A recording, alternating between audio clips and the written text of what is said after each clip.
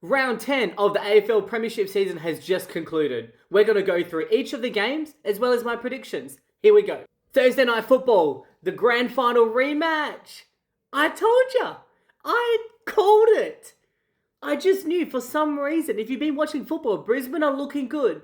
They're better than Geelong on paper. Geelong lost to Port Adelaide, and Port Adelaide suck. But I just felt Geelong, they show up. They always have a chance they show up. Besides that, I had no other analysis to give you. My gut was just saying Geelong. Geelong looked good. Geelong get the win.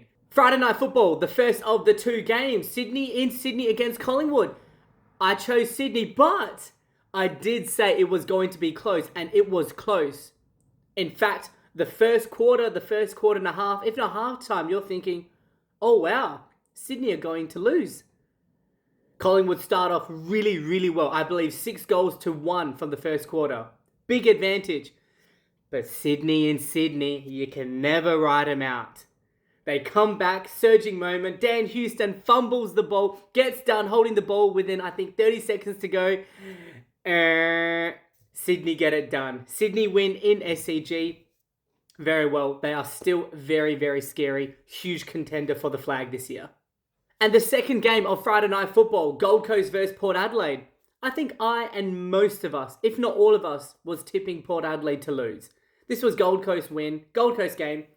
They kept it closer than we thought. Zach Butters probably gets the 3 votes again, 35 touches. Mac Andrews, beast up in the air. In Darwin, a huge sellout crowd of 14 people. Football in Darwin, I tell you, it's still a bit of a head scratcher. But anyways, Gold Coast win. Good on Gold Coast. Got the 4 points.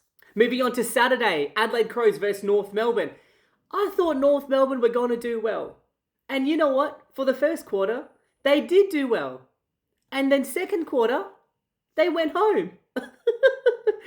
Adelaide Crows kicked 10 goals in the second quarter. 10 goals.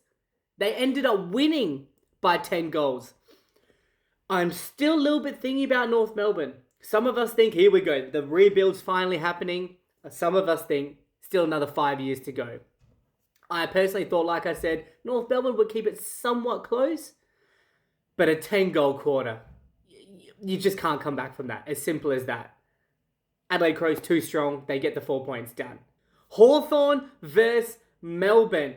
This is when 95% of all the tippers in Australia just went, I guess I'm not going to get a perfect round. Melbourne beat Hawthorn. I believe I tipped Hawthorn by 43 points. Melbourne win.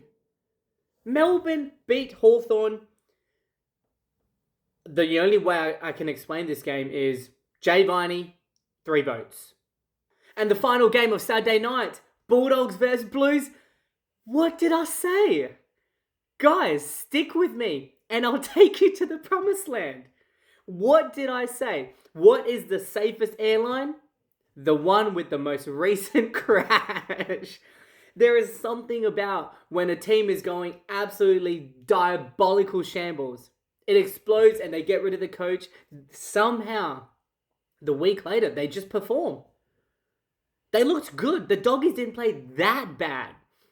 They actually did not play that bad. On paper, you lose to Carlton. Oh, you're shit. No. It wasn't that bad of them. Carlton just looked really good. Bulldogs, good performances. Bailey Dale, when he's not filming with the sidemen, he's playing for Bulldogs. Good on him. 31 touches. But by the end of the victory, you saw the Carlton players. It wasn't so much of a reaction of, yeah, we won. It was we needed that. It was a relief. And you know what, with all the turmoil, even as a bomber, good on Carlton. They needed that. Fair play to them. Carlton got the 4 points. Upset round. And the first game of Sunday football, Essendon versus Fremantle. Yep. We move on. St Kilda versus Richmond. I went with Richmond. I just thought it was going to be another upset. Saints looks good. Richmond, I think in my head, I still think they are better than they actually are. They kind of suck. But if you know your football, if you're watching them, give this team a couple of years. Woo! Some of their players, top. Potential is absolute top. Exciting stuff for Richmond in the next few years. But Saints got the 4 points. Good on them. They got the win. Jack Macrae, 31 touches. OG Jack Macrae performance. St Kilda, well done. Got the 4 points. And the final game of round 10. Eagles vs Giants.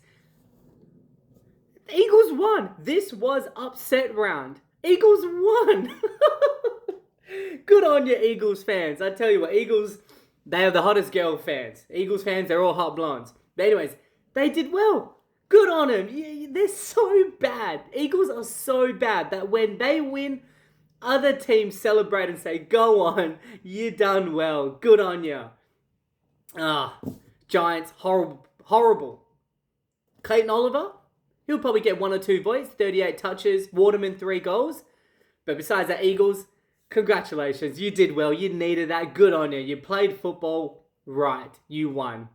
And that's the end of round 10. Like I said, it was upset round. A lot of upsets. Good football overall.